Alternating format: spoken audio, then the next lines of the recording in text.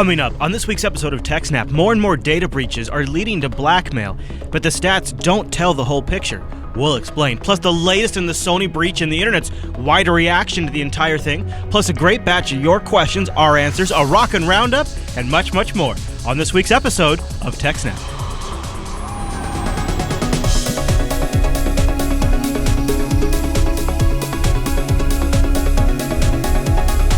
Hi everyone, and welcome to TechSNAP. This is episode 193 of Jupiter Broadcasting's weekly systems network and administration podcast. We stream this episode live on December 18th, 2014. This episode is brought to you by our three fine sponsors, DigitalOcean, Ting, and IX Systems. I'll tell you more about those great sponsors as this here show goes on. Our live stream, that's powered by the incredible Scale Engine over at scaleengine.com. Go check it out. My name is Chris, and joining us every single week is our host, the admin, the tech, and the teacher, Mr. Alan Jude. Hey there, Alan. Hey, Chris, everybody. Hey, man. So we're sitting here at the top of a double recording session because it is the holidays. And did you bring a beverage? Are you good? I have three. So don't tell the wife. Hopefully she's not watching because I think she had to run to my kid's school. I did a tactical strike. I came down to the studio because, it takes about an hour to get the studio ready to do a show. So I came down here about an hour ago. And I knew that I had a very limited time before we went on air. Now, the Jimmy John's restaurant doesn't open until 10:30 a.m. So I placed the order online, so that way I was hopefully early in the queue. They got here with the food, and now I set up the studio. The sandwiches came in. I slammed down a sandwich. I'm good to go for like 2 recording sessions. There you go. Unplug. Or that was an unpaid plug, but it worked out pretty well. Speaking of food, something else I might as well mention before we get into the show, because it is the holidays. This is our pre-holiday show, I guess. So now is a good time to get the word out there. We set up a community around open source recipes. You can go to openyourmouth.recipes with the S on there. And make sure you get that. It's openyourmouth.recipes. And it goes there, takes you to a GitHub page. And there's some really great submissions. We kind of were like tongue-in-cheek about it. But then we realized this is actually a really cool way for developers in the JB community to find each other, or people to maybe go out and maybe learn a little bit about GitHub and Git and things like that, and maybe Markdown. So there's exactly. Multiple reasons to check it out, but there is now we've got whole categories over here. We've got appetizers, bacon, breakfast, cocktails, desserts, eggs, hot dishes, liquor, noodles, pastas, pizza, sandwiches, sauces, sides. Oh my gosh! And I liked there was a good one in the cocktail in here. Yeah, here we go. A screwdriver. Here you go. So there's the whole thing, and of course you could make your modification to this, and you could submit a pull request. It's kind of neat. It was actually kind of a neat initiative. We're going to be doing some different things with the community throughout 2015, and this is sort of like the early way for people to sort of get connected. We also have a new site set up at jbdev.community, which has a bunch of resources for people that might want to build apps around JB content. Yes. We've got a lot of stuff we're working on behind the scenes. Yep. For 2015. You want to plug the Dev Summit video? Yeah. I don't really know where you can get it other than the IRC at the moment, because we're going to, or unless Rikai was going to, I think he was thinking about linking it on the jbdev.community page. But we had last Monday, on the 15th, we held our first Developer Summit. Alan was there, which was awesome, and it was like a little over an hour, and I recorded the video. Right now, if you go into the JB Dev IRC or Jupiter Dev IRC, you can find it in there. But I think it's also going to be linked up at the jbdev.community page. And it was already released to patrons earlier in the week.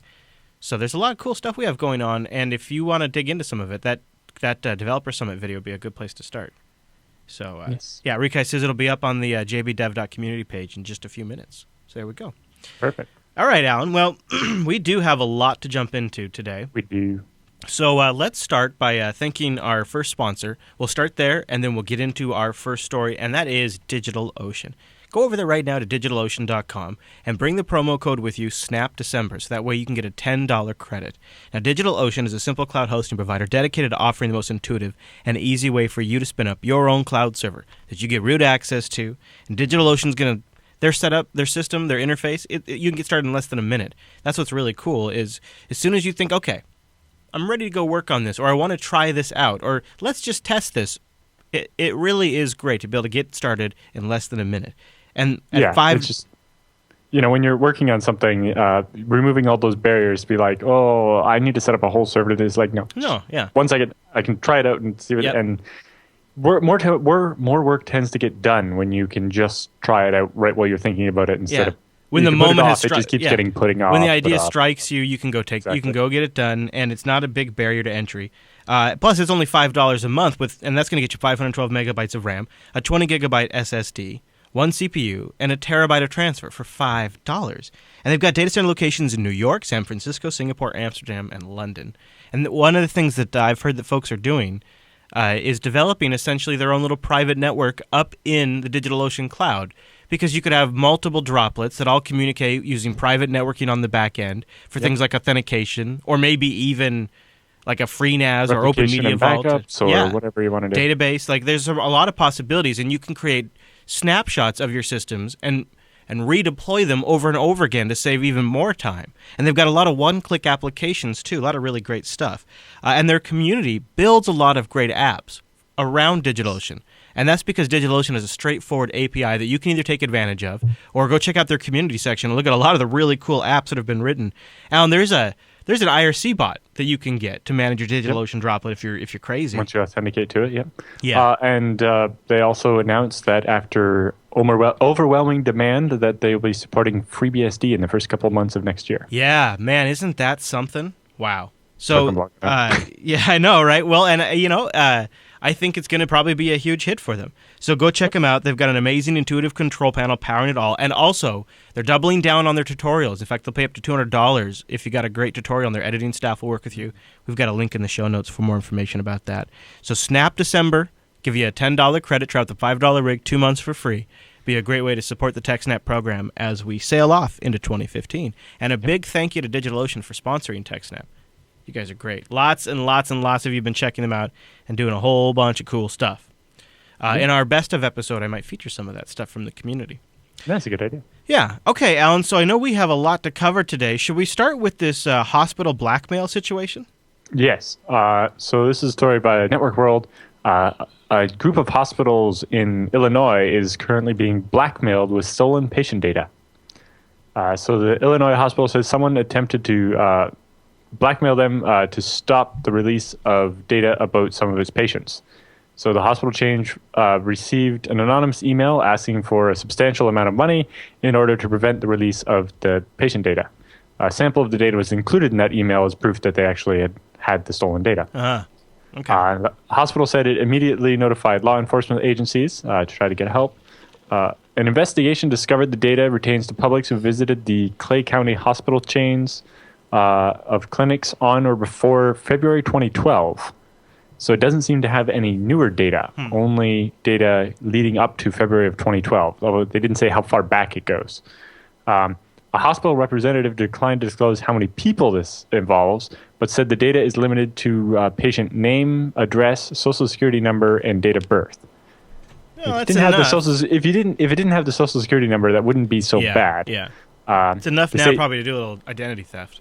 Right. They Just say, a little dabble. Right. They say no medical information was actually compromised in the breach. Oh, okay. Although, if they don't know exactly how it happened, how do they know that? In particular, it said the hospital believes the data has not been released so far. It didn't disclose how the data was obtained, but the hospital did say an audit by an outside expert concluded that the hospital's network had not been hacked. So maybe that really raises the question of how it got out, right? The age of the data suggests that this compromise may involve backups or cold storage or something, right? If it's only for patients going back a couple of years and before that. It could even be something as simple as like an old tape, Right. I mean, those are often mismanaged. Somebody takes it off site. Right. Although with the email blackmail thing is a little, it's hard to say. Yeah, very true. But, so they hired one expert who says they weren't hacked. That doesn't necessarily mean anything either, right? No.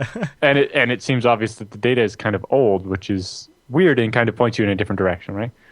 So it's not clear if the hospital stores all their older data themselves or if they rely on some third-party provider that deals with their older files or whatever. And then maybe that was what was compromised. Maybe they don't have some of the patient records online. Right. It's hard to say, but obviously this is digitized data that somebody got a hold of and is trying to blackmail them with. So So we don't have much more on that story, but I thought it was interesting. Yeah, did you see also the article goes on to say that according to a recent report, by Identity Theft Reporting Center. Yeah, that there's been 304 breaches so far this year in the U.S. healthcare sector. That's 42% of the 720 breaches reported across the country.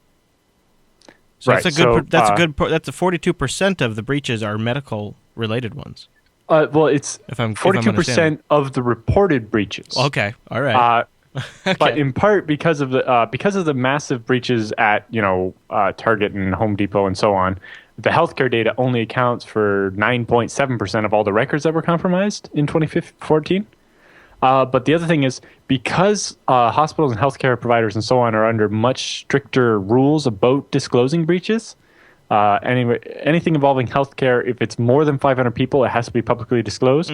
If it's less than, the point of not disclosing it is that it could target, like you could easily match up the data to individual people that way, and it would do more damage to the people's privacy to report the breach when it's only specific people that were targeted or whatever. Well, and going back to how they say they don't think patient data was compromised, when I was doing contracting, the majority of my clients were doctors' offices.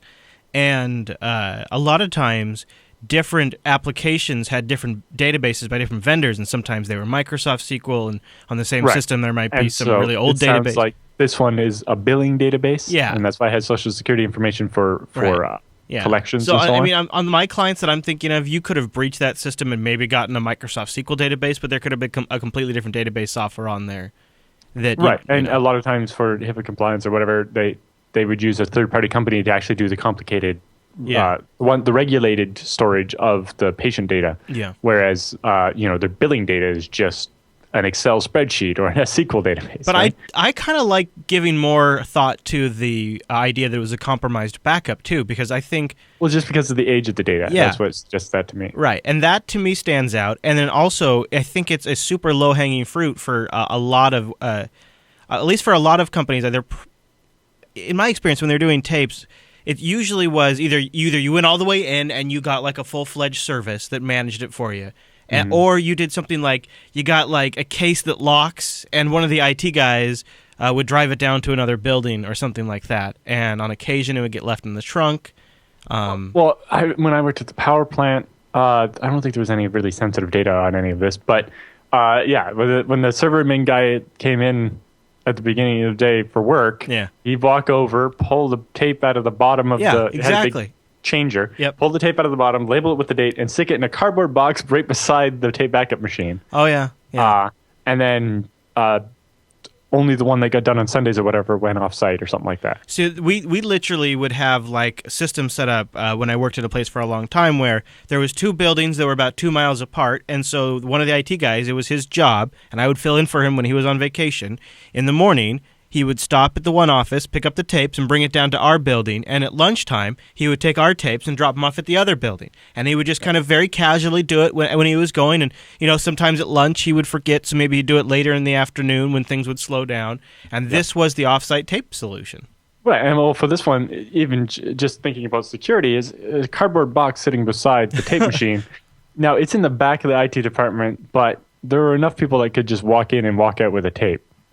And part of the problem is if you get too complicated, if you go like with too much security on the tape or too sophisticated in where the tape gets stored, and then you have a serious emergency where you need to restore that data, any complications you add there are going to add time it takes you to get back to the data. If only these certain people are allowed to access the tape vault or whatever, then you have the problem of, well, that one's on vacation and the other's sick today, so now we have no backup.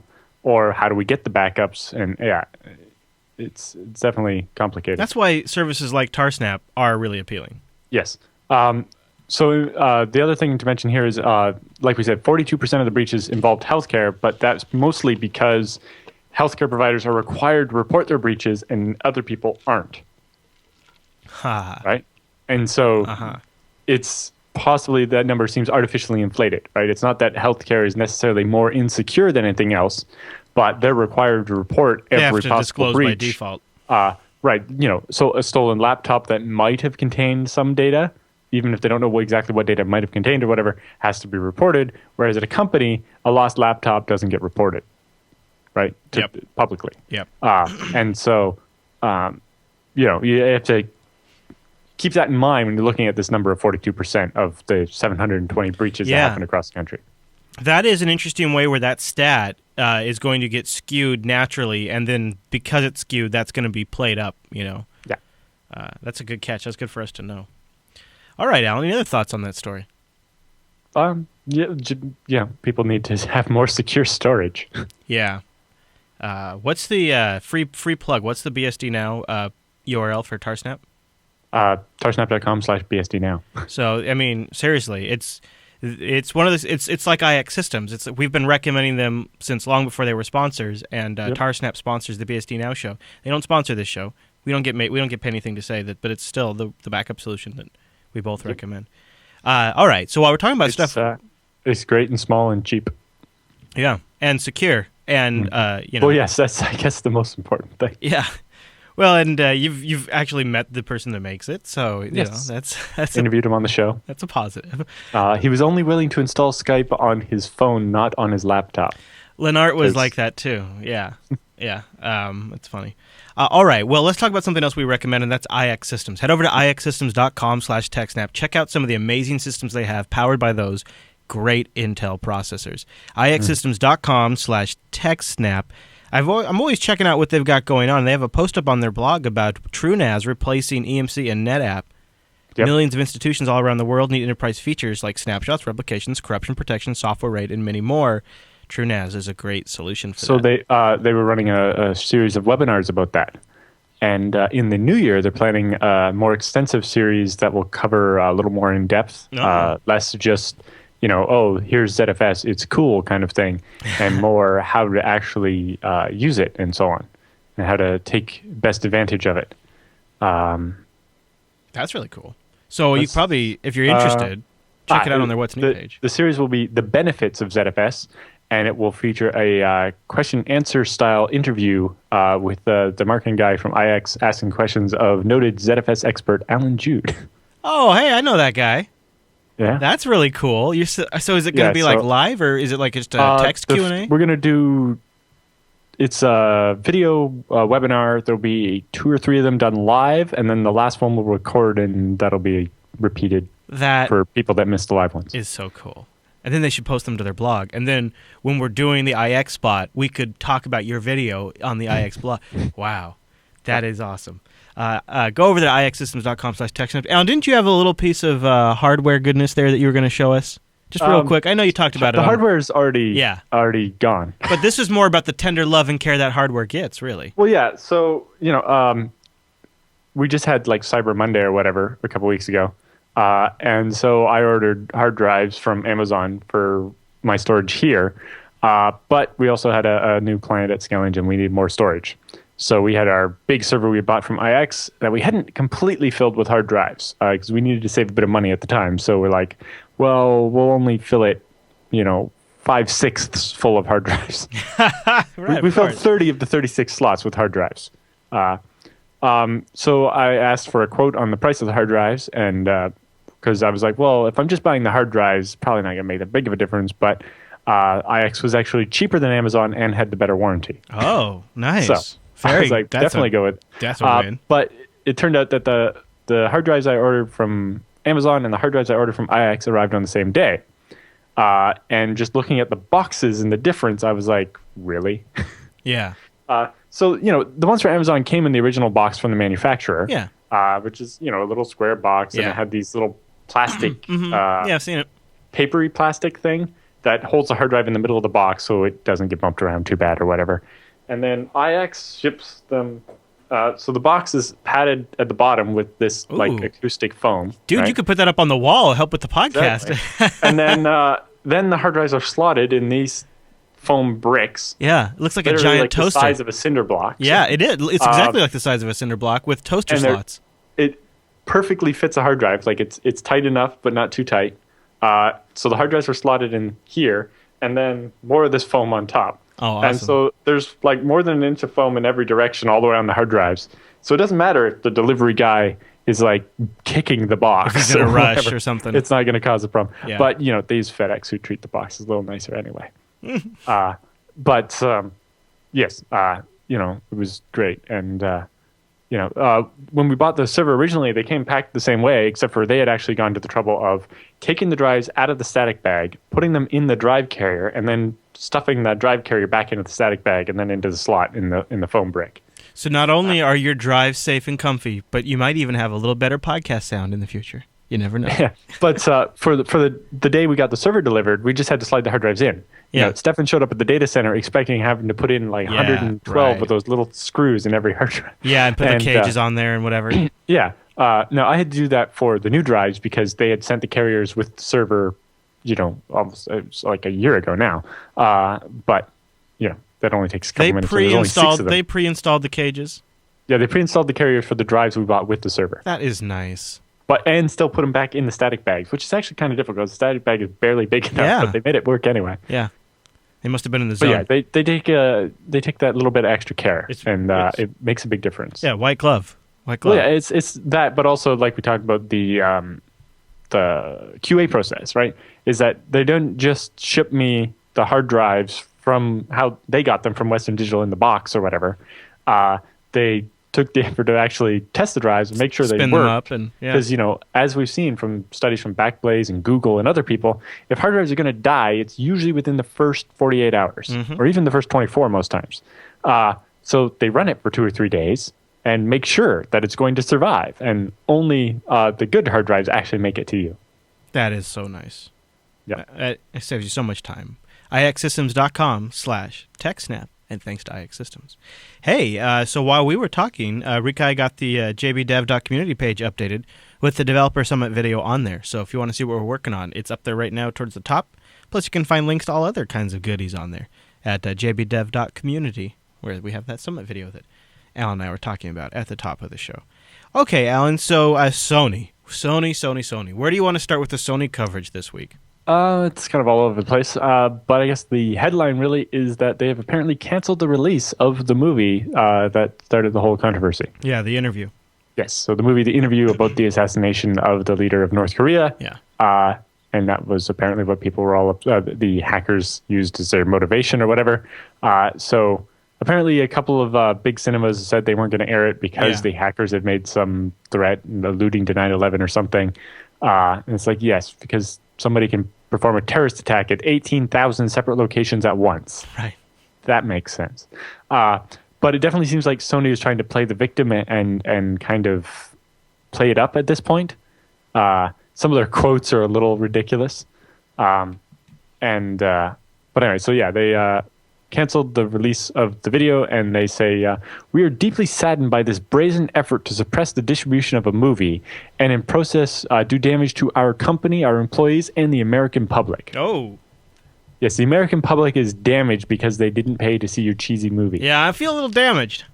Yeah. And then the most hypocritical quote, we stand by our filmmakers and their right to free expression and are extremely disappointed by this outcome. So, yeah, we're all for free speech and freedom of expression, but we're going to cancel the movie anyway because, freedom. Do you suppose it's possible there was political pressure on them to cancel it then? There's obviously, I can see the idea that they're either them deciding to or kind of being directed to play it up in order to pass more cyber surveillance type laws and so on. But I think they did it basically so that they look like they were more harmed than they were. Well, there's definitely an aspect of that, but I was almost thinking too, like they already look pretty bad in this whole thing, and so if they don't pull it, then there could be a certain percentage of people who decide not to go to the theater, and then then if the theaters all report bad sales, that's on Sony. Like Sony would be the bad guy. Yes, but it seems like they. Now, obviously, they can't market it this way to capitalize on it, and this movie has got more attention than it ever was going to. I would never have heard that this movie was going to exist. Big time. And it seems like they actually kind of threw away money they could have made from all the people that only went to see it because of this. Yeah. Or whatever. Well, and the actors canceled their tours. They didn't really say why, but they're like, I think part of it was They say part of it was for safety, I think is kind of implied, but I think also part of it's like, we've gotten so much, I know, they've gotten so much free marketing out of this whole thing. They don't need to go around. In particular, a number of people, including Bruce Schneier, kind of insinuated that they think that the hackers may have found something especially damaging to Sony, and Sony is capitulating in an effort to avoid that actually being disclosed. So Bruce Schneier gave an interview to Vice.com, and he said, it's really a phenomenally awesome hack. They completely owned this company. And he said, this is like Snowden, only for Sony. He said the release from this hack could keep going on for months as we get more and more of this data coming out and getting to look at it.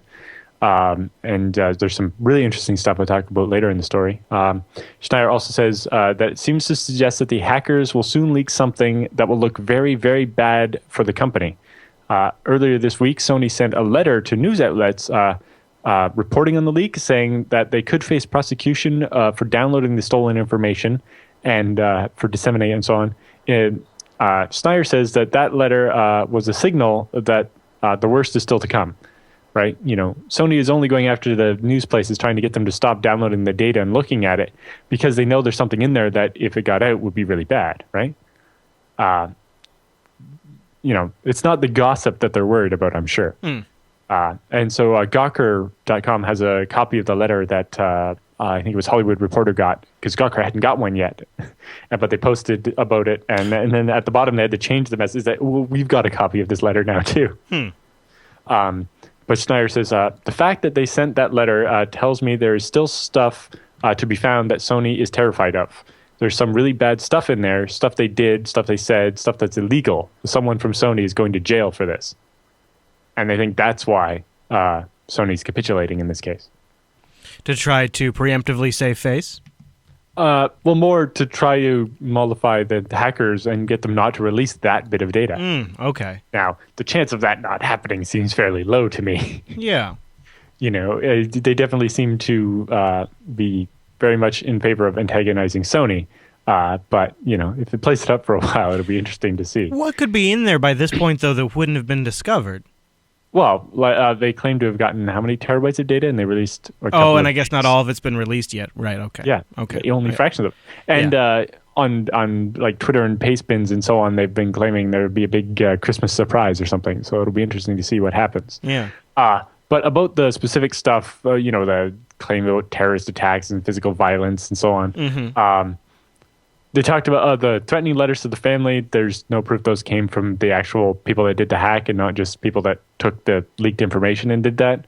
And about the terrorist attack and so on, like Schneier says, it's just some people acting like 12-year-olds and, trying to scare people and laughing at them, right? It's, anyway, you really have to consider capabilities and so on when you're looking at these threats. Right, I agree. In particular, at Vice.com, they have another article that's saying the reaction to the Sony hack is beyond the realm of stupid. This is not terrorism.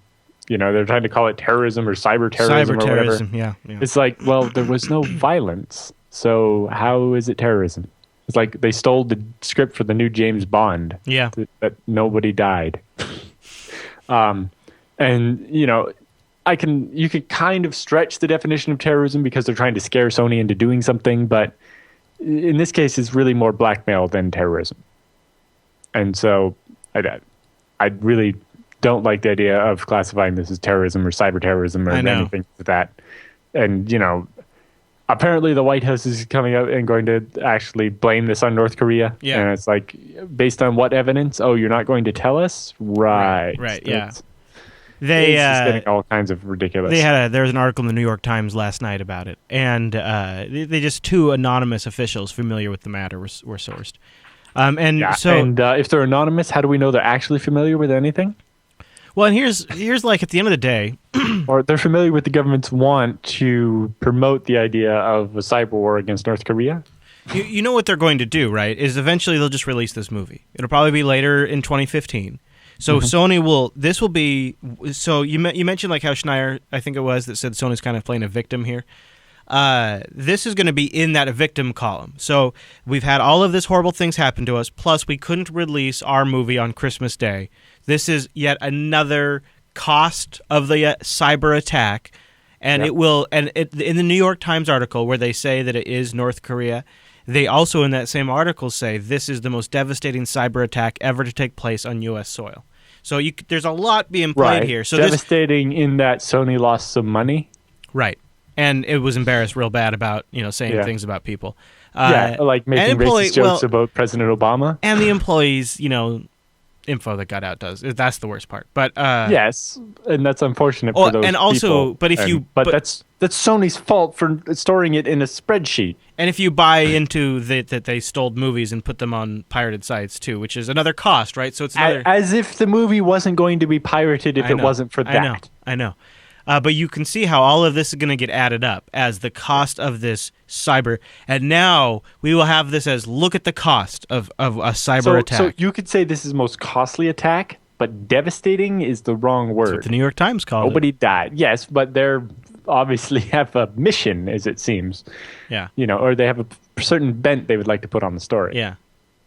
And unfortunately, it is Sony. Again, I know it's Sony Entertainment, and it's a different area of Sony, but once again, it really looks like a lot of really bad practices that really bit them at the end of the day.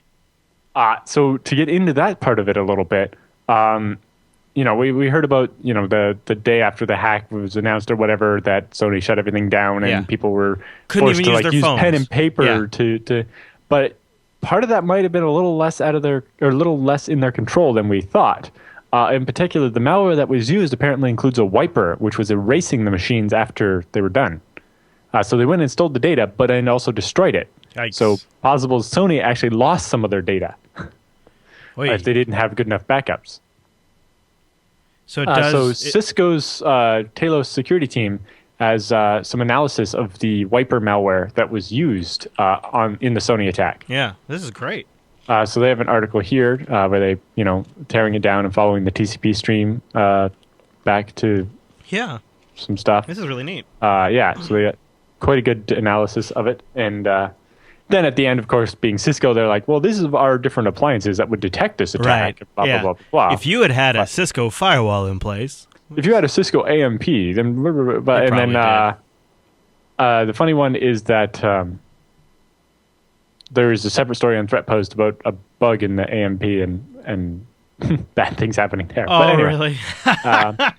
Speaking of ThreatPost, they have an article that a newer version of the Destover wiper malware that was used in the Sony attack, we kind of mentioned this last week, the newer version is signed with the certificate stolen in the Sony hack. Aha. So the malware got better by hacking Sony. Yep. So and the malware that was used against Sony to erase all their data was also now officially says signed by Sony on it. And is trusted by other people's networks because it has a certificate from Sony, which I'm hoping is revoked by now. But anyway. Interesting. I mean, that's why we titled last week's episode "Signed by Sony." Yes. And then ThreatPost has their Digital Underground podcast. They have an interview there about the Sony breach. So that's about 27 minutes of good detail on what happened there. I hadn't had a chance to listen to it yet, but it looked quite good. The other interesting thing is the amount we've been learning about what the MPAA has been up to through this Sony breach. The Verge has a bunch of documents here, which, this is the stuff that Sony is trying to get the news companies not to post. Yeah, maybe so, right here. Yeah. In particular, when you get down to the bottom, when you look at the actual PDF, it says, privileged and confidential, attorney-client communications, attorney work product, subject to the common interest agreement, which is something all the members of the MPAA signed to allow them to talk about their secret stuff. Great. Subject, common interest agreement. Yeah. Subject, whether ISPs claim to be the information service provider for purposes of common carrier regulation, rendering the ISP ineligible for the DMCA safe harbor. Right. If you're an information service, then you can't. Then your common carrier doesn't apply to you, but then the DMCA does apply to you, right? Is what they're saying there. No, they're saying that the DMCA safe harbor provision that says because I'm a hosting provider, an information service is what they say here. Right, you're confusing the two things. Okay. What they're saying is because you are an information service for the purposes of the common carrier, it means that you don't get the protection of the DMCA safe harbor provision that says if you're just a hosting provider and some other user put the content there, it's not your fault because you didn't put it there. Right. Okay. As long as we send you a takedown notice and you take it down, we can't sue you. But they're saying, if you're Comcast and you're an information service provider for the purposes of the common carrier thing, you don't get that protection anymore. You can't just say, oh, it's the user's fault, and we'll stop them from doing that and whatever. This is clever because it's using existing laws then. Well, it's using the changes we're trying to get to save net neutrality to stop the MPA from being such douches, to actually the MPA trying to use it against us and so on. Mm-hmm. But in particular, the proposal here is to force the ISPs, recursive resolvers, the DNS servers at your ISP at Comcast, to block the pirate sites. So just work right with the ISPs. Say, hey. Well, to force the ISPs to block it without the ISPs even wanting to, and so on, right? Oh. They're basically trying to make it impossible to look up the domain, the Pirate Bay, from inside the U.S. by forcing every ISP to block it. And then they talk about... We've seen similar things happening in the UK, but using court stuff. They talk about what some of the common arguments will be and what the responses to those common arguments will be. They've already kind of identified what some of the common responses will be, and the wigglese that they'll use to address them. Yes, the most aggressive position that we take is that if an ISP is providing functionality to its users that does not fall within the scope of Section 512KIA of, then the ISP is not a service provider under the provision at all, because they are offering to the end users not transmission, but rather transmission bundled with DNS caching and other information services, such as Usenet access, email, or web browsing. Well, email and web browsing aren't services that an ISP provides. They're just transmitting you to the other end. So maybe the DNS and caching is a service they provide, but people can just use Google DNS or something, and then it's not. Your ISP is just providing the pipe. They used to provide extra things like web caching and Usenet and email and stuff like that as value adds to differentiate themselves from their competitors. Mm-hmm, mm-hmm. But that doesn't make them not an ISP, really. Yeah. Right? The appeal of this argument is that it tracks precisely the reasoning of the FCC, which declined to treat ISP's provision of transmission as a separate service offering, but rather as a commingling offering containing multiple information service features alongside transmission, in which the DNS and caching in particular were inextricably intertwined with transmission, such that the ISP could not be said to be offering inexorably intertwined transmission to the public. So they cite a lawsuit, or this is proving the reasonableness of FCC's holding that DNS and caching are necessarily invoked during use of the internet service. Now, that court case seems to have the problem that they're, again, assuming that if your ISP doesn't provide you DNS, then you couldn't have the internet. You can get DNS somewhere else, or you can run your own recursive resolver. Mm-hmm. Now, most people aren't, Windows doesn't have one by default, but that doesn't mean that anyway. There are this and many other plans, including, like we talked about last week, the stuff with Google going back and forth. Google did all this stuff, bend over backwards for the MPAA, and they're like, Google's not hard enough. Mm-hmm. Mm-hmm. Yeah, so maybe this is just a lot of this kind of stuff that comes out to light. But it'll be interesting to see what else comes out of this. Yeah. I feel a little guilty for like kind of voyeurism of wondering what's going on there, but... Well, when they're talking about messing with DNS and stuff like that... Well, yeah, but I just mean in general from Sony and yeah, and it's definitely like there's some aspects of it that have gotten a little out of control, and I think part of it's because of the news cycle during the holidays. There's not a lot of big stories, so they've gotten like a lot of the news outlets have gotten all in. And in particular, I think part of it is that the tech press does a better job with this type of story because they actually know how to read these files and stuff. Right. Right, your regular news reporters, they get 40 gigabytes of data and they're like, I don't know what to do. Yeah, very true. All right, Alan. Well, I'll take just a break right here, and I'll tell you about something I know to do. Let's go over to Ting, techsnap.ting.com. Techsnap.ting.com will take $25 off your first device, or will give you $25 if you have Ting compatible device in your pocket. They have a BYOD page. You can check to see if your device is compatible.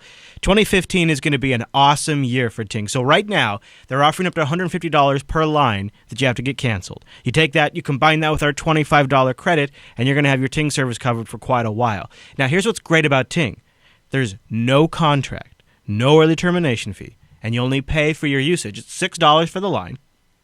I've got 3 lines right now.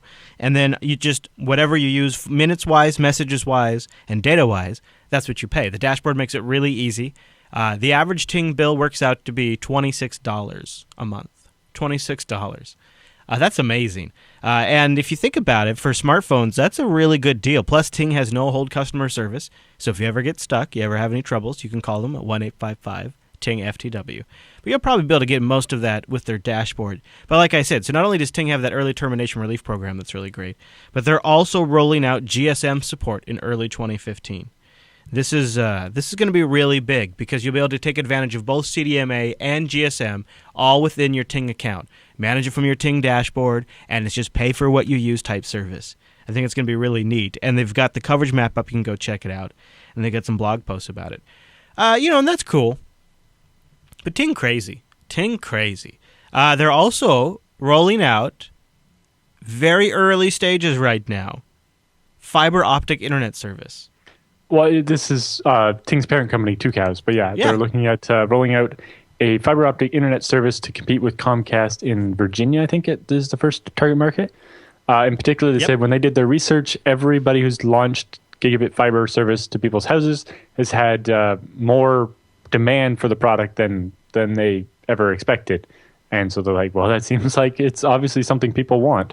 Yeah. And I'm sure most Comcast customers would love to have a competitor to Comcast. Oh, my gosh. So crazy fast fiber access, no hold customer support. Yeah, from the company that does things properly and has been doing the internet longer than Comcast and knows more about how it actually works. Kind of a neat initiative, and it could bring some honest-to-goodness competition. You can find out more at ting.com/internet if you want to read more about it. But start by going to techsnap.ting.com.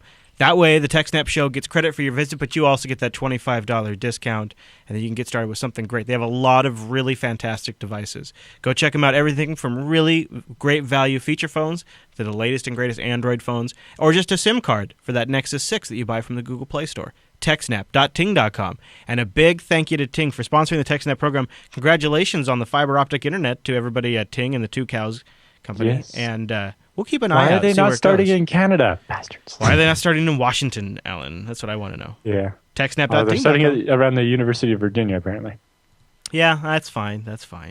As it were, Alan, as it were. So a little birdie tells me that there's a new BSD Now that just landed. Episode 68 just hit the web. Just the Essentials. What's this about? Just the Essentials. Sounds like a cooking show. We interviewed Michael W. Lucas about his new book about FreeBSD. Well, there you go. Episode 68 just hit the webs. This is your halfway point to start downloading. Yes, his new book is FreeBSD Mastery Storage Essentials. So it's everything you need to do about dealing with storage on FreeBSD, starting down with the raw disks and when to use hardware RAID, software RAIDs, motherboard RAID, when to use like Geom versus other stuff, when to use ZFS versus UFS, how UFS works, all the great stuff. Dealing with the 4K sector alignment stuff, the difference between aligning the sectors in the file system with the sectors on the hard drive, and lining partitions versus lining the block size, and everything you need to know about all that stuff, including a whole section on disk encryption, including choosing between the two different kinds of encryption that are available on FreeBSD. Because there's Geli, which is the kind of more modern, fast one designed for storing your data. And then there's GDBE, which is more embassy grade one, where you can destroy the on-disk keys, but then so that if you then enter the correct password, it tells you entered the correct password, but sorry, the data's been destroyed. So that if someone is torturing you for the password, you give them the right password, they know that you gave them the right password, and maybe they stop torturing you. Episode 68. That sounds like an interesting book. Yes. Good guest. And he also talks about his next upcoming books. The next one is Networking for Sysadmins, trying to help people that are just sysadmins understand more of the basics of networking and routing and kind of like you said, a number of the companies he's worked at before, the sysadmins and the network admins have been separate groups, and they've always kind of at war with each other. Because the network admins didn't understand how, this didn't work over here. And That's layer 7 stuff. I don't give a crap about that. Right, and the sysadmins were like, well, why isn't the router logging more so we know what the problem is? It's like, well, the router has no storage. How's it going to log? And if you never set up that damn net log server for us, and maybe we get some of this over there. We did a syslog server a year ago. I've had this conversation a year exactly for years. and so the book is trying to bridge the gap a little bit and help sysadmins understand the networking side of it better. Okay, that's so cool. I'm definitely interested in that. But he hasn't started that yet, or he has? He's expecting to have that one out fairly soon, I think. So he's written it and it's being reviewed right now for technical That's a good one. stuff. And then, in particular, the network one covers BSD, Linux, and Windows. That's ambitious. And so the tech review part is going to take a little longer because he had to get his usual BSD experts aren't going to be able to review the whole thing. But yeah, basically the first draft's done, and it's just going to take some editing and stuff, and then that'll be out as well. Very cool. Well, I'm sure you'll let us know. All right, Alan. Well, I think that means the news is all done. So with the news done, that must mean it's time for the TechSNAP feedback.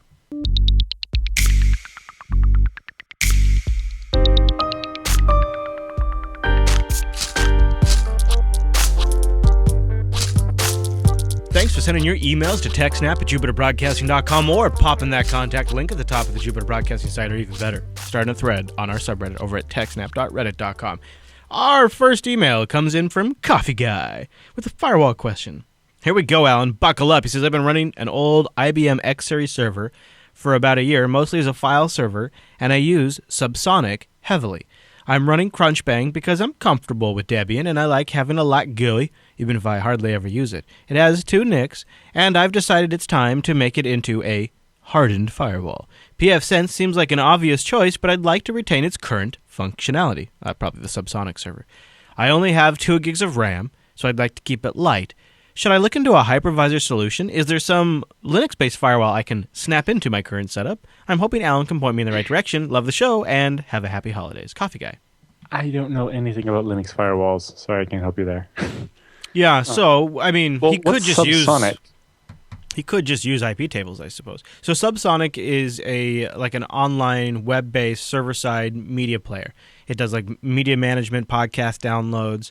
It's got a web interface to it, and then you can also connect a bunch of different apps and stuff to it. It's pretty nice. I have one at my house. The Subsonic streaming media server can be installed on FreeBSD. So you could install FreeBSD rather than pfSense on the machine, install your Subsonic on that, and then also do the firewall with PF or IPFW. You got to wonder, too, if you could just put Subsonic on pfSense using the plugin system.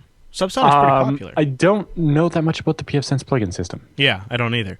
It's mostly really designed for stuff related to the firewall, not... the FreeNAS one is actually diverged now so that they have support for things like this, but... yeah, I don't know about the firewall. Hypervisor, yes, no. With that little RAM, you're basically... Because with a hypervisor, you kind of allocate the RAM to the virtual machine, and then the host doesn't have it. You don't have much to spare. You can do it, but you're going to be even tighter on resources. I sure would prefer having like a dedicated pfSense rig. Like, they have these small little boxes you could use. There's other options there too.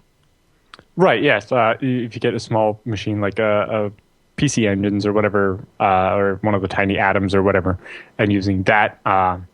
Or moving the streaming media server to a NAS or whatever. But in general, you could replace Crunchbang with FreeBSD and then use the firewall and keep running Subsonic.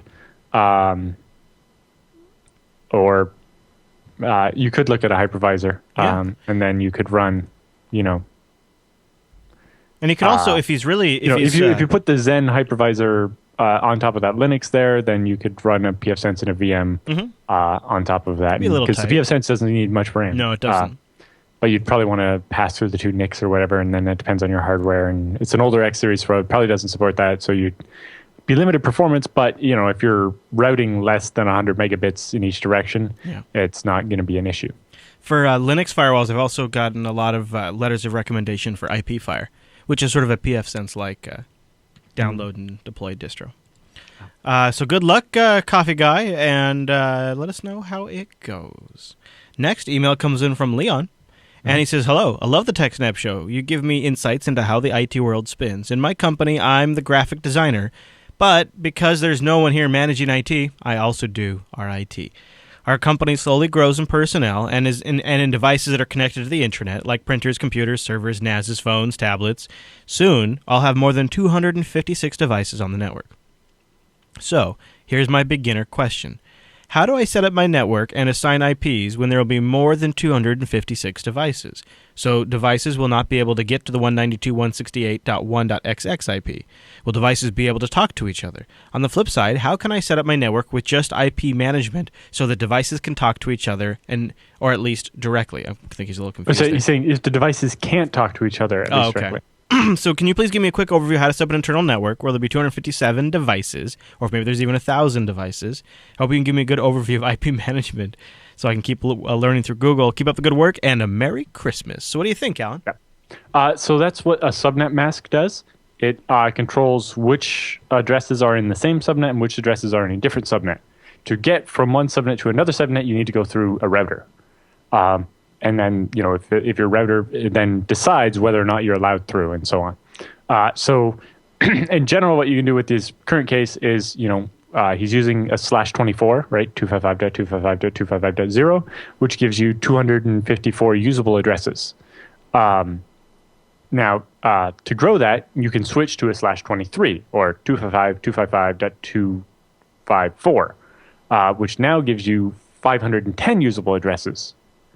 So basically, that would give you 192.168.0.1 through 192.168.1.254. Or, if you needed, he mentioned specifically 256 plus 256 plus 1, then if you go to /22, it basically doubles every time. As you take one bit away from the networks and go into the host section by changing that subnet mask, you get twice as many addresses. So you can have 256, or 512, or 1024, 2048, 4096, 8192, et cetera, et cetera, et cetera. Mm-hmm. And if they're in the same subnet, then they can talk directly to each other. And basically, they send out an ARP request, say, hey, what's the MAC address for this IP? Get it, and then they can send an Ethernet frame directly there, and the switch takes care of it. If you want to isolate them, so he says specifically how with just IP management can you make it so devices can't talk to each other, then he could say, certain devices are over in this subnet and they can't be talked to directly by devices in this subnet. And basically, all the devices in subnet 1, when you try to go to an IP address that's not in your subnet, whether that's the subnet beside yours or the internet, you send the packet to your default gateway or your router, right? And then the router then decides, that either goes to one of the interfaces that I'm connected to on the router, so your router can have separate connections to different subnets, or the router doesn't know where it's like that's not a network I have access to, so it sends it to its default gateway, which is your ISP. And then your ISP looks around, is this one of our existing customers? No, then I'll send it off to the internet, and on and on and on. And so if you create two separate subnets, then your router gets to decide who can talk to who. So that's the setup I have here at my house.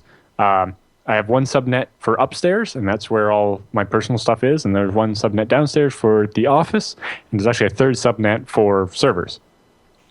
And, there's a rule that machines in our office here can't talk to my TV upstairs and so on, right?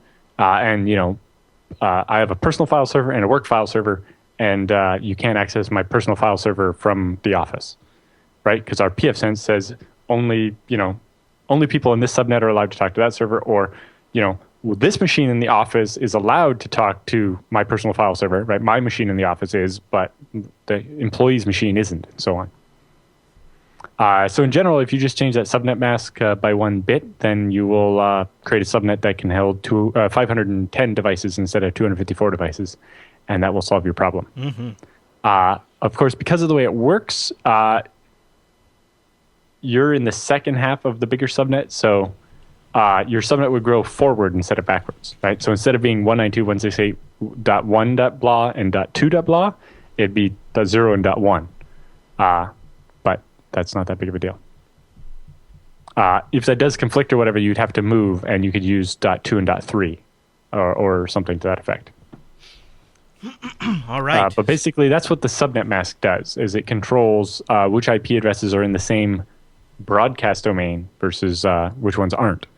And if you want to go between those two, then you have to have a router. Leon, you are Alan has given you the 411. Now go out and Google forward, and you'll get it all set up. Yep. I have some leftover slides somewhere from when I was teaching this in the IP addressing class where this was literally the question. It's like, so you take over the network at this office, and they have X departments that each want their own subnet, and this subnet, this department has this many computers, and this department has this many computers. How would you subnet it? Right.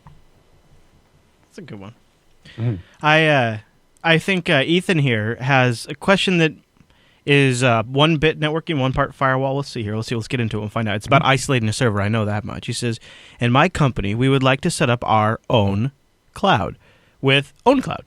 Its purpose will be to send or share files with our customers and clients. I know we could do this with a lot of other established services, but we don't want to share data with others, just our clients.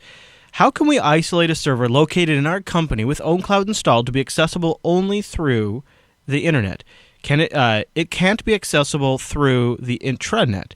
Am I reading this right so far? Yep. Okay.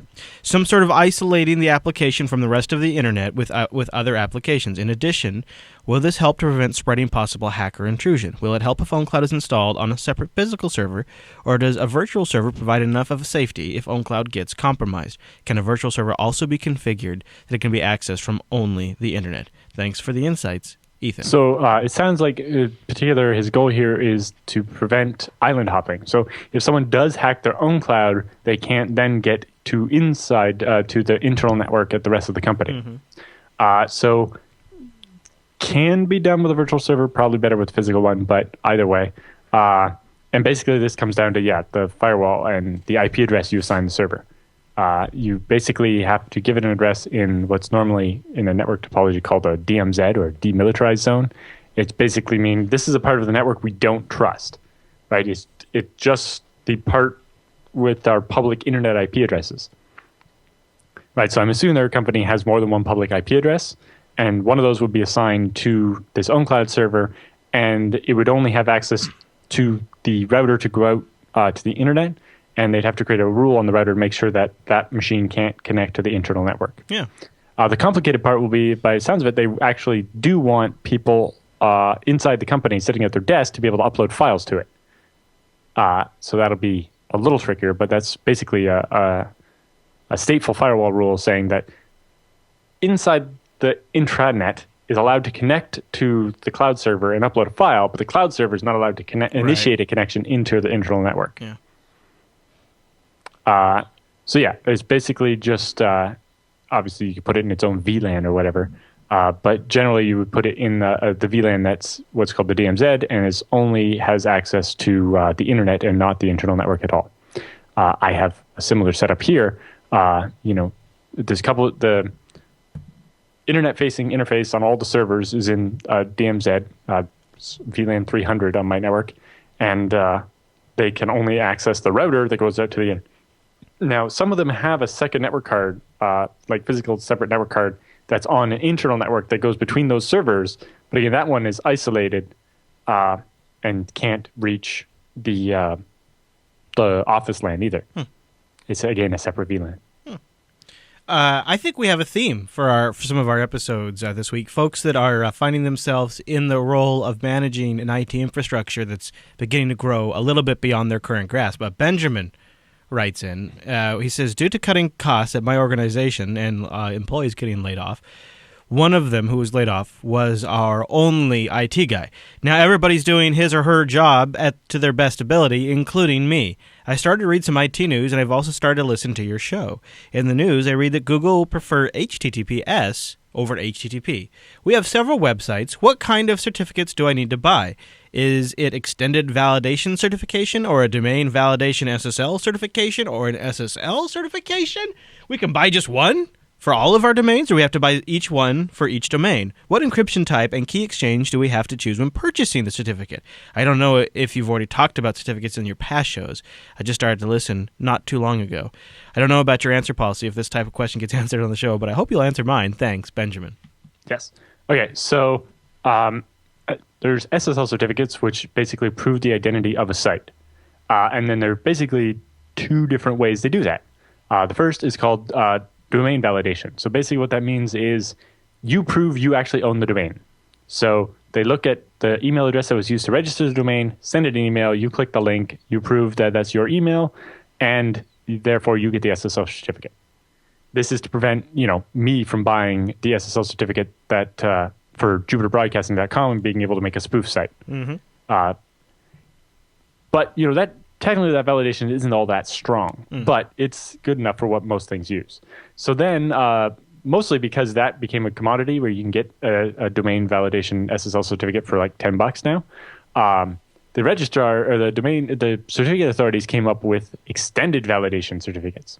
These ones require actual paperwork and proving your identity and so on. And they do basically two things. In most browsers now, they will make the URL bar turn green instead of the default like gray or whatever, which is a better trust symbol than the little padlock.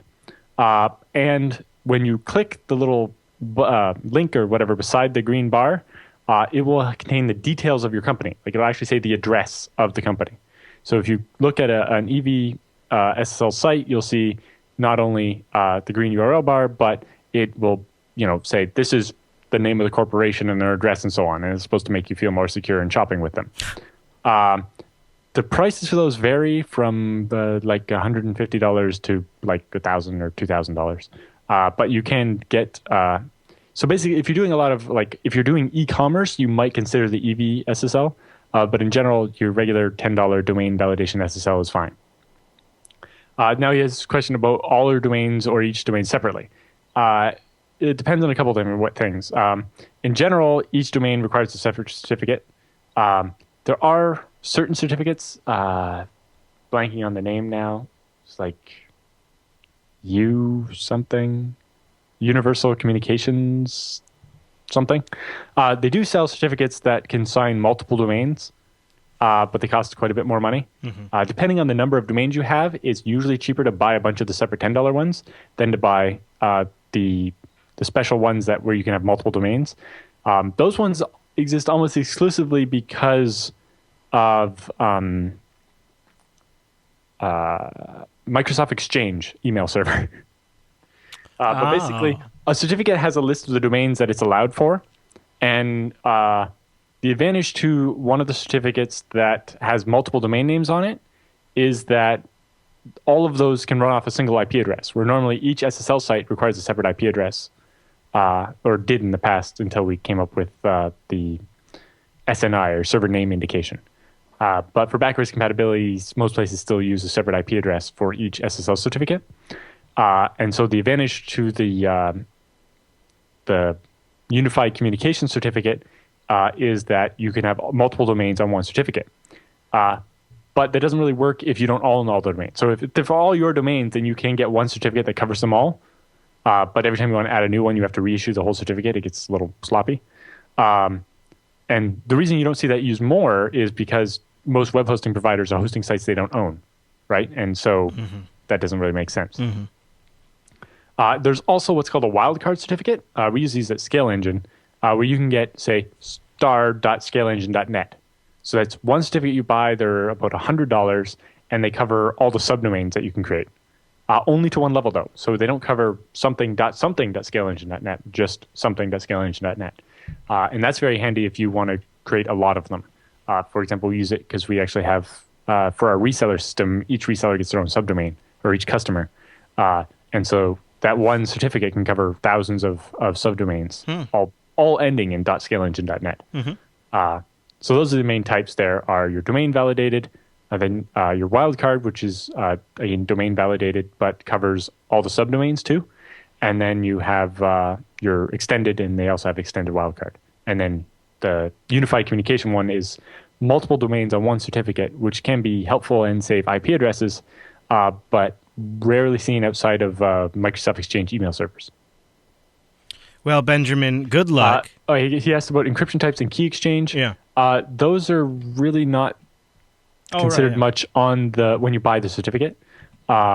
There's the hashing algorithm used on the certificate. So in general, to buy a certificate now, it has to be 2048-bit, not 1024. So you want that. And then most certificate authorities are pushing now for the SHA-256 instead of the old SHA-1. But that doesn't work with Windows XP, so that's up to you to decide which one you want to buy. I don't think most places have switched yet because the old ones aren't being retired because Windows XP is still around. I hope. For the actual encryption and stuff, that's a setting that you do in the web server after you have the certificate. I saw there was a website with the list of them that somebody made a clever short URL of the Did we talk how about to set it up for your no, I saw this 2 or 3 days ago. Although Mozilla has a list which you can use. I'll drop a link in the show notes. So Mozilla has a list of what order they recommend you put them in, which you can take with a grain of salt. We went through that on BSD Now as well. All right. Benjamin, email us back in and let us know how it goes too. Yeah, but it was like cipher.list or something like that, but it was one of the new top level domains, and somebody did something very clever. I can't remember what it was, so obviously not clever. Task the chat room to it, and then it was like cipher list or cipher something. Chat room. That's your job. And Benjamin, it makes me, and also really a lot of our emailers this week, I feel for them when they get stuck in these positions and they're trying to figure it out. I'm glad TechSNAP can be of use to you. And you can also email your questions in techsnap@jupiterbroadcasting.com, or even easier, it's just that contact link that just you choose TechSNAP from the drop-down and send it in. And we'll watch the chat room to see if they find it for us during the break. But that's all the emails for this week. Go over there, send in your emails. We'll get to them when we get back in a couple of weeks. It's going to be a little bit, so don't worry if you don't see it. We're also doing another batch of emails in our second episode we're recording today. So if your email didn't get answered today, but you did send it in, there's a good chance it's going to get emailed or answered in our next episode. So keep an eye out for that. But with the emails all done, that means it's time for the TechSNAP Roundup.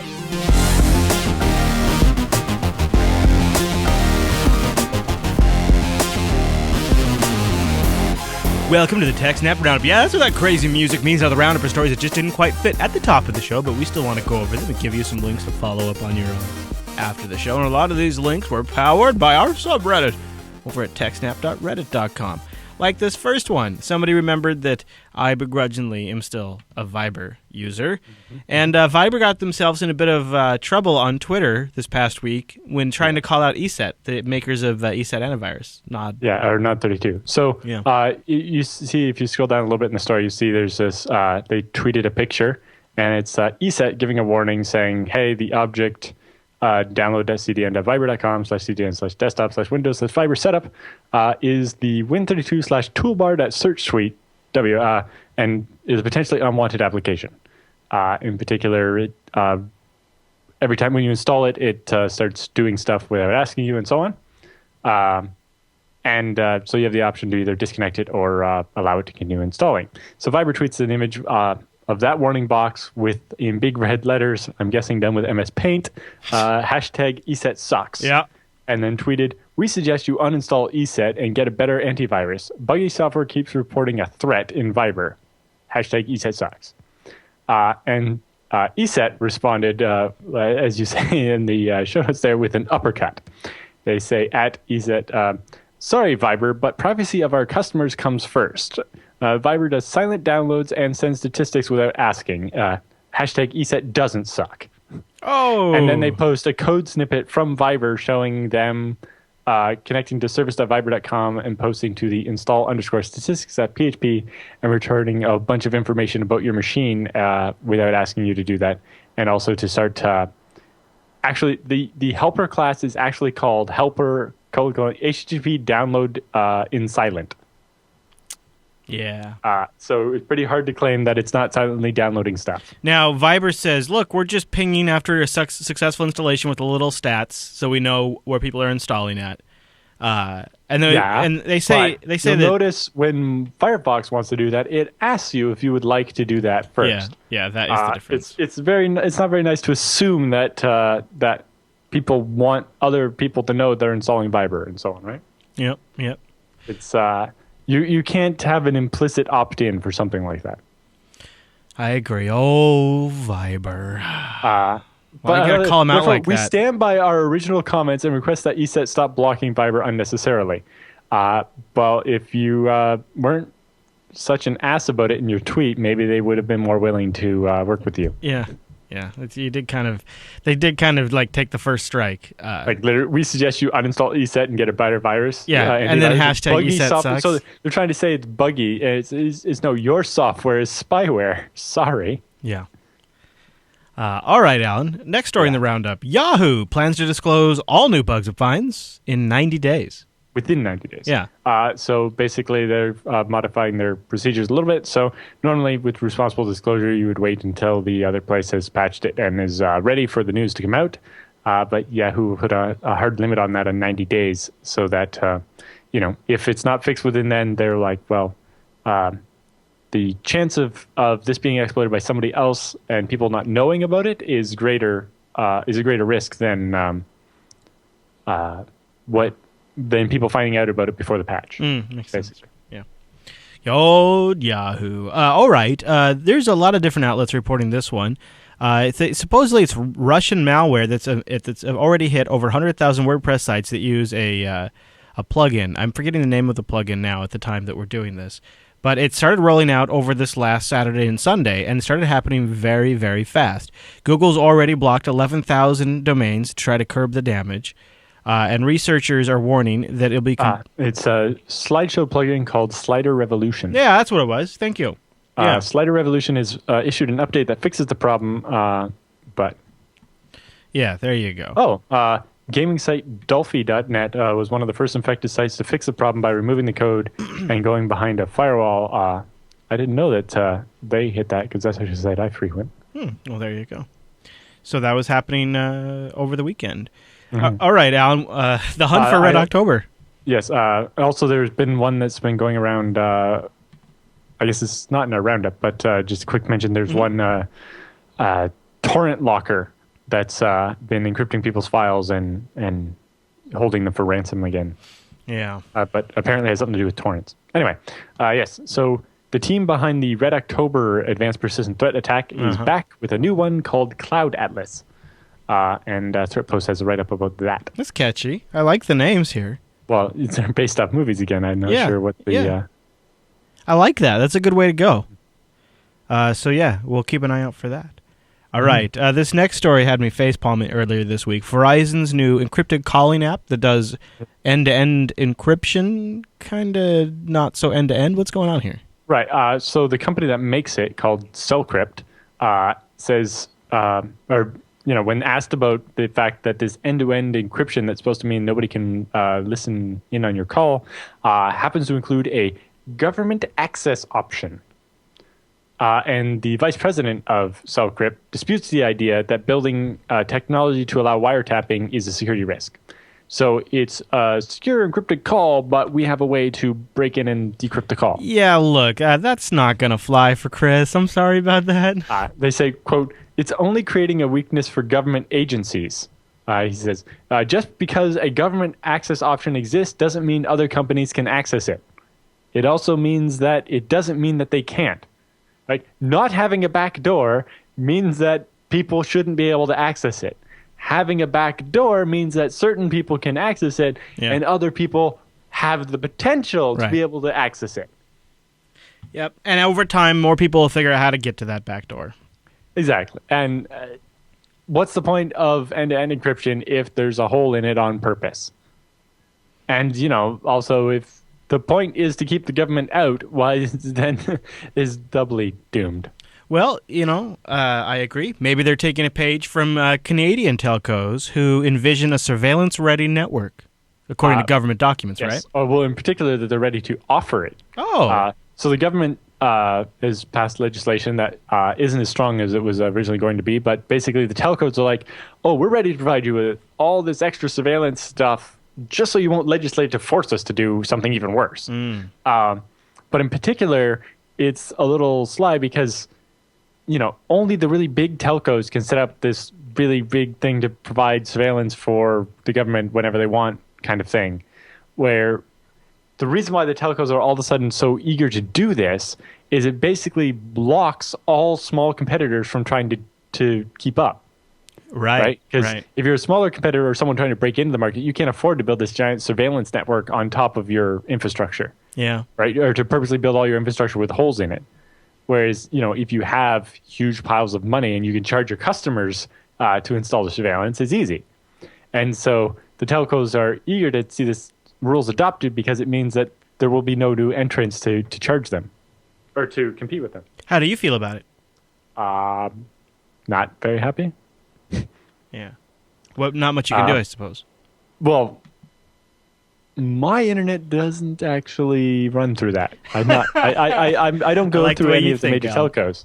Like my internet actually goes directly to Toronto, where it then gets on an American ISP.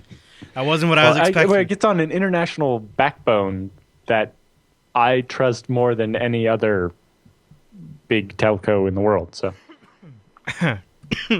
You kind of caught me by surprise with that answer. Yeah. All right, but it makes sense. So ours had kind of a bad day a couple of days ago. They were just briefly, if you want to call it hacked, that's fine. It was really a defacement. Yeah, well, yeah, they can't deface the site without hacking. I know. I just kind of hate calling everything hacked these days. Yes. In this particular case, yeah. So the front page of Ars Technica was replaced with defacement message for about 15 minutes before they fixed it. In particular, the attacker broke into one of their web servers, but didn't. Obviously, the web servers basically have read-only access to the content, so they couldn't change anything there. However, they made a successful attempt after gleaning some information to get to the central's core where they could actually replace the website. And they they put up a defacement page that streamed a song from a band called Dual Core, where the chorus of the song is "Drink all the booze, hack all the things." So it seems these particular guys were just having fun. Did you see that ours recommended that everybody that had an account change their password because they're using MD5 with... I'm going to talk about that actually in a second. Oh, okay. But yeah, so it turned out that even though the web server has read-only access to the content, apparently there was a backup file stored on that server somewhere that the attacker managed to read, and by reading it, they got enough information to then island hop. Yeah. So they actually had their network secured properly, but they had a file laying around that contained sensitive information. Like a password or something. Or a database or something that gave them enough information to get to the central part. So they did fairly well, but then it kind of broke down. Them backups, I was saying. Yeah. And so they actually, they mentioned that the passwords in their database are hashed with MD5 using 2048 iterations and so on. And obviously that got, there's a bunch of comments up here about MD5 really, you've had several articles about how that's bad. And, 2048 iterations not enough, blah, blah, blah. Lots of people complaining about it. And then they actually have proper security expert actually posted and said, well, in particular, and Ars also clarified, their comment system, which is the thing people would be signed up for, is actually powered by PHPBB. In particular, it uses a library called PHPass, right? PHP password, which is written by the guys that did OpenWall, which is a firewall, and they host like the mailing list for security vulnerabilities between the operating systems, the distro security lists and stuff. They're really known for security and stuff. In particular, the reason why that library uses PHP, uses MD5 is because on older versions of PHP, of course, this library was written in like 2006 or something. It's kind of old, but MD5 is the only one that was guaranteed to be available on every machine. SHA-1 was pretty new back in 2006, or wasn't as widely adopted, and even SHA-512 was really not popular yet. And so unlike MD5 Crypt, which does 100 rounds with weird mixing, this one's a little more basic, but it's doing 2048 rounds, which is quite a bit and helps. Plus, it is doing a proper salt, so it's not that bad. To put it in perspective, if you look at something like OL Hashcat, which is a hash cracking software for using video cards, if you use a single AMD R9 290X, which is a beefy video card for cracking, normally if you're cracking just the MD5 hash with no salt, you can do 12.2 billion hashes per second. If you're hacking against PHPass, because it's doing the 2048 rounds, then you're limited to 3 million hashes per second. So that's already, 4,000 times slower. But once you add the 1 million unique salts from the sample data they're using here is the Forbes when they got hacked, if you remember a while back, and they had about 1 million user accounts leak. As we saw, with the LinkedIn one, in a couple of months, they had hacked almost every password that was used on LinkedIn, except for people that had like LastPass style passwords. Yeah. With the Forbes one, even I think as a year later now, they've only cracked 16% of the passwords because they're hashed so strongly that it takes a lot more effort, right? So in the example of the Forbes data, because there's 1,070,000 unique salts, right? Because each password uses a different random salt. That means that they have to try every password against each hash separately, right? You can't just, if everything was just MD5, you try each password once and you're done. But because each hash has a unique salt, it means you have to try every password that you want to try against every hash separately. So that means the effective hashing rate against that list of 1 million users is 2.8 hashes per second, which is way too slow, right? You could try that many hashes by typing passwords, right? And so it's having the desired effect. Now, if you have 100 cards, then you're 280 hashes per second. That's still too slow. So it's not that bad. Obviously it could be better, but in particular, as long as you have a reasonable password, this is going to provide better protection than we've seen most other places having, which is just raw MD5 or raw SHA-256 or whatever. Because they were using a proper library, that makes me feel better. Hopefully they would switch to something better like SHA-512 Crypt, but in this case, they didn't write their own hashing algorithm or something. They used a standard proven one, and that's why it's not so bad. All right, Alan. A small bank in Kansas creates the bank account of the future. Except for it has nothing to do with bank account per se. So in particular, the most common way right now to do electronic transfers of money is the ACH, right? Mm-hmm. The automatic clearinghouse. The problem with that is those are done in batch once a day. Yeah. Because that's how banks worked in the 70s. And still do. Yeah.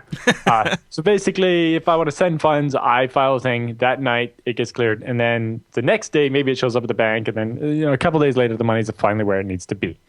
And that's obviously slow and cumbersome and horrible. Right. So this bank has basically built a new anti-fraud system so that amount of time isn't required as much anymore.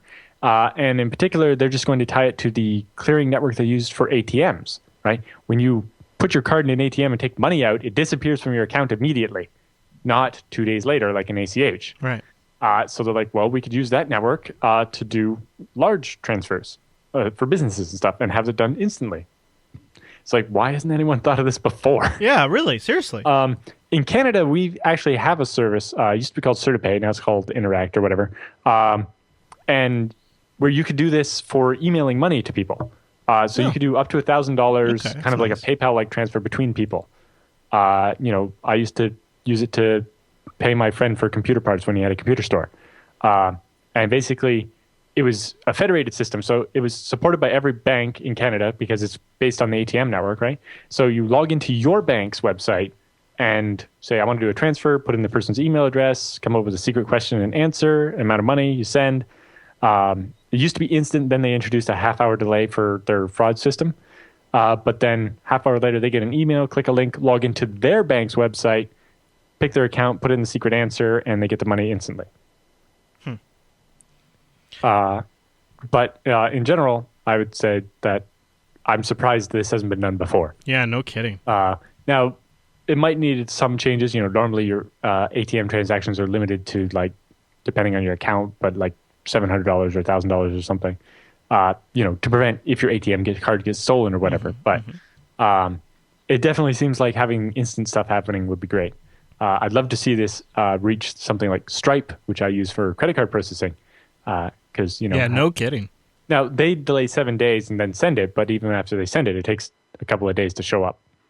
The funny one currently is we've been using the Vancouver Currency and Bullion Exchange, or Bullion and Currency Exchange, whatever, to sell our US dollars to get Canadian dollars after do the credit card billing. Yeah.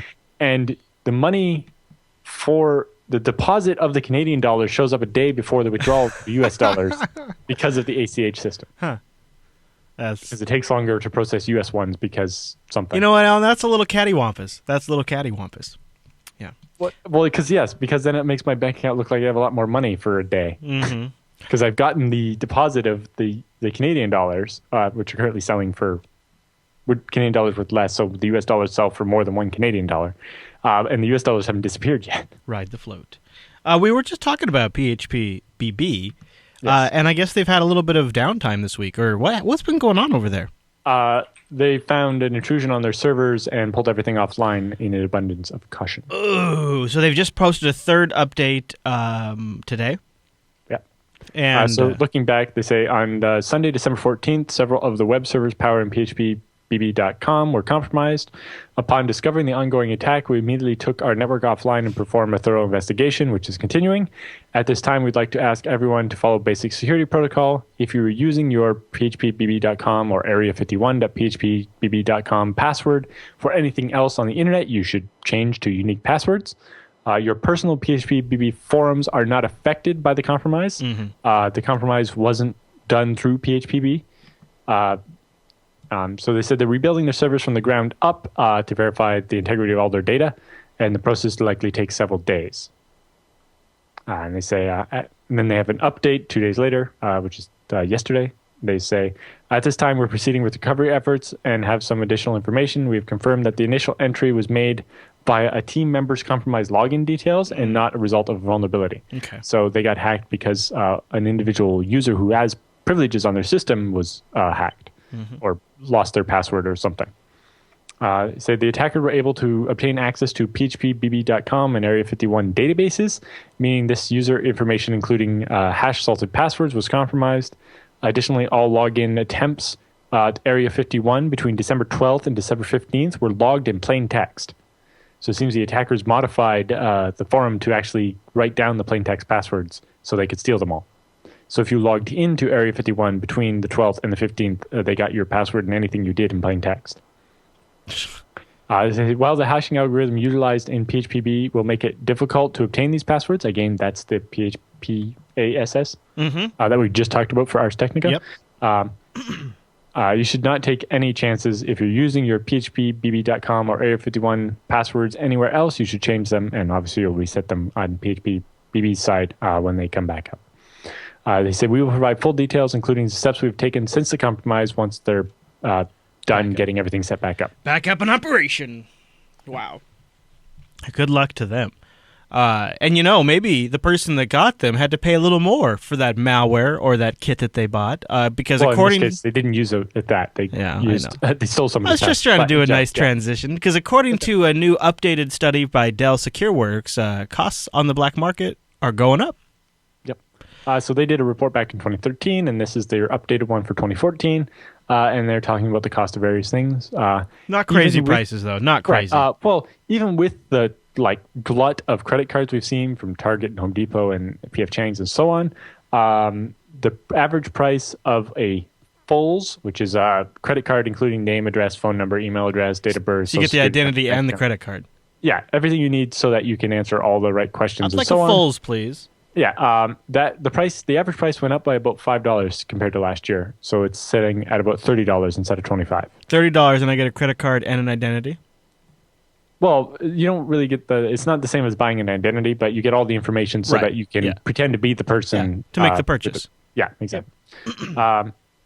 They said while the price of individual credit card numbers remains about flat or dropped a little bit, the price of the fulls, the more detail, is actually up a little bit, and actually targeting people in the UK, Australia, Canada, and the EU, the price is as high as $45 per record. Nice. Because there's so many American ones, I think, is part of the thing. Oh. Also, premium MasterCard and Visa cards that work well worldwide, like the special, black, platinum, gold ones or whatever, or ones that are not likely to run into being frozen because they were suddenly used in a foreign country. Right, yep. These, again, targeted are mostly the ones held by people that travel a lot. With full Track 1 and Track 2 data, so an actual skim of the card, those ones are selling for $35 or more, so slightly more than the regular cards. They also said that the price is not deflated. In particular, non-U.S. cards are worth quite a bit, including Brazil and some other places. They said, well, online fraud remains a constant. The inclusion of identity kits that can be used for in-person scams, including loan applications, check fraud, and more, has actually gone up. A full identity, including a scan of a working Social Security card with the name and address and everything, can get as much as $250. And counterfeit non-U.S. passports can fetch as much as $500. And you can also get valid utility bills for $100. Okay. Because those are typically something that required to prove your address when applying for, for example, a driver's license, to make fuller use of the stolen identity and so on. Yep. They also found that remote access Trojans are selling a lot less this year, ranging from $20 to $50 for notorious rats like Dark Comet, which sold for $250 last year. There are also a number of free rats flooding the market, and that's deflating prices, obviously. Ah, shoot. They also say for exploit kits, the nuclear and sweet orange kits are fetching the best prices, as much of $450 a week or $1,800 a month. I got to get in on this, Alan. Yeah. Apparently pretty strong DRM on these exploit kits where they can charge you per week or per month for them. And the article has the link to the full PDF. Yeah. Which has all kinds of goodies. This is like a high quality. This Dell SecureWorks company, these guys really got some money behind this production here. Yep. This is nice. Yeah, and that and Dell case make heavy use of FreeBSD as well. Oh, look at them. All right, Alan, I believe that brings us to the end of this week's TechSNAP, doesn't it? Yep. Well, how about that? So go over to Jupiter Broadcasting and click on episode 193 to get notes for everything we talked about. Also RSS feeds to get the show weekly. Download links, obviously. And the calendar will have all of our live times if you'd like to join us at a live show. We typically are live Thursdays at 1 p.m. Pacific, which is 4 p.m. Eastern, 2100 UTC. Yeah, we won't be live next week because it's Christmas, but or the week after that because it's New Year's. Yeah, like the show really, but we will have shows for you still. So don't worry. If you're subscribed to the RSS, you'll just get them automatically. So boomsies. Also, click that contact link and send your feedback into the TechSNAP program because we needs it. And last but not least, if there's something you didn't hear us cover but you would like us to cover, or you want to engage with the community and maybe ask your question in public and get lots of feedback, techsnap.reddit.com. All right, everybody. Thank you so much for tuning in this week's episode of TechSNAP. See you right back here next week.